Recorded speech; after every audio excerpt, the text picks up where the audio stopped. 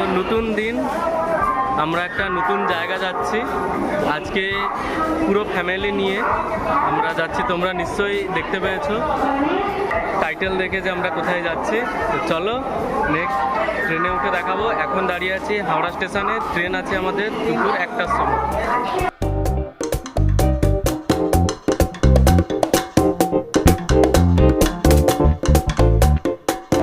আমি এখন উঠে গেছি উপাসনা এক্সপ্রেসে, এখন যাচ্ছি হরিদ্বার। এখান থেকে ট্রেন ধরলাম আমরা হাওড়াতে দুপুর 1টার সময়। আমাদের ট্রেন নামাবে কালকে বিকেল 4টের সময়। তো চলো তোমাদের ট্রেনের ভেতরটা দেখাই, আর তারপরে সোজা দেখা হবে একদম হরিদ্বারে। এই হলো আমাদের 12327 উপাসনা এক্সপ্রেস, যার ভেতরটা আমাদের সিট পড়েছে। হাওড়া থেকে হরিদ্বার থার্ড এসিতে আমাদের 1700 টাকা করে পার হেড পড়েছে ট্রেনে।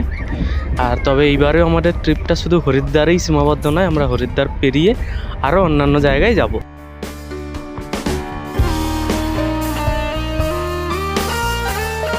হ্যালো বন্ধুরা, ওয়েলকাম একটি নতুন ভিডিওতে, একটি নতুন সিরিজে, আর একটি নতুন দিনে। দিন তো বলবো না, এটা রাত হয়ে গেছে আজকে, কারণ উপাসনা এক্সপ্রেস আজকে 3 ঘন্টা লেট করেছে। যেখানে আমাদের আসার কথা ছিল হরিদ্বারে বিকেল 4টের সময়, সেখানে আমরা এখন এসে পৌঁছেছি সন্ধ্যা 7টাতে। তো চলো তোমাদেরকে ঘুরিয়ে দেখাচ্ছি দেবভূমি উত্তরাখণ্ডের হরিদ্বার। হাওড়া থেকে হরিদ্বার বেশ কয়েকটি ট্রেন চলে, যা স্লিপার 600-700 টাকা এবং থার্ড এসি 1700 থেকে 1800 টাকা। তো আমরা হরিদ্বার স্টেশনের বাইরে চলে এসেছি। এই দেখো, এটা হচ্ছে হরিদ্বার স্টেশনের জাস্ট বাইরে। এরপর এখান থেকে আমরা হোটেলে যাব, তারপর ফ্রেশ হয়ে বেরোবো। ভিডিওটি ভালো লেগে থাকলে লাইক করো, চ্যানেলে নতুন হলে সাবস্ক্রাইব করো, কারণ শুধু হরিদ্বার নয়, নেক্সট ভিডিও আসছে ঋষিকেশ, দেরাদুন ও মুসৌরি। স্টেশন থেকে কিছুটা আসার পরে আমরা একটা ধর্মশালায় আজকে উঠেছি রাতে থাকার জন্য। তো প্রথমে ভাবছিলাম যে আজকে হোটেলেই থাকবো, তারপরে তেমনভাবে অ্যাভেলেবেল পাইনি, কারণ এই সময় আমরা যে সময় এসেছি এই সময় হচ্ছে কেদারনাথ যাওয়ার জন্য বেস্ট টাইম। বেস্ট না হলেও এই সময় অনেকেই কেদারনাথ যাচ্ছে, সব বেশিরভাগ হোটেল এখন ফুল আছে। তাই আমরা একটা ভালো দেখে ধর্মশালায় উঠেছি, যেখানে রিভিউ খুব ভালো। তো আমি তার ফোন নাম্বার ডিসক্রিপশানে দিয়ে দেবো এবং তোমাদেরকে ধর্মশালাটি ঘুরিয়ে দেখাচ্ছি।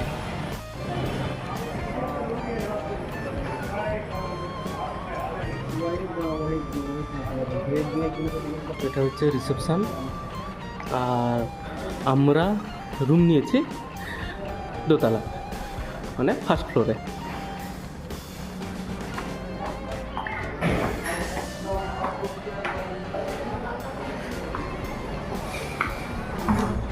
এইটা হচ্ছে আমাদের রুম, এসি রুম। তো এই এসি রুমের ভাড়া নিয়েছে 800 টাকা। তোমরা বার্গেনিং করে 800তে পেয়ে যাবে, না হলে এরা প্রথমে 1000 টাকা বলে। যেখানে আমি আছি ঠিক তার বিপরীত দিকে, এই দিকে হচ্ছে একটা মন্দির আছে। এটা হচ্ছে আইয়াপ্পা টেম্পল, ঠিক আছে। তো এর ভেতরে আমি ঢুকছি, তোমাদেরকেও দেখাচ্ছি ভেতরটা।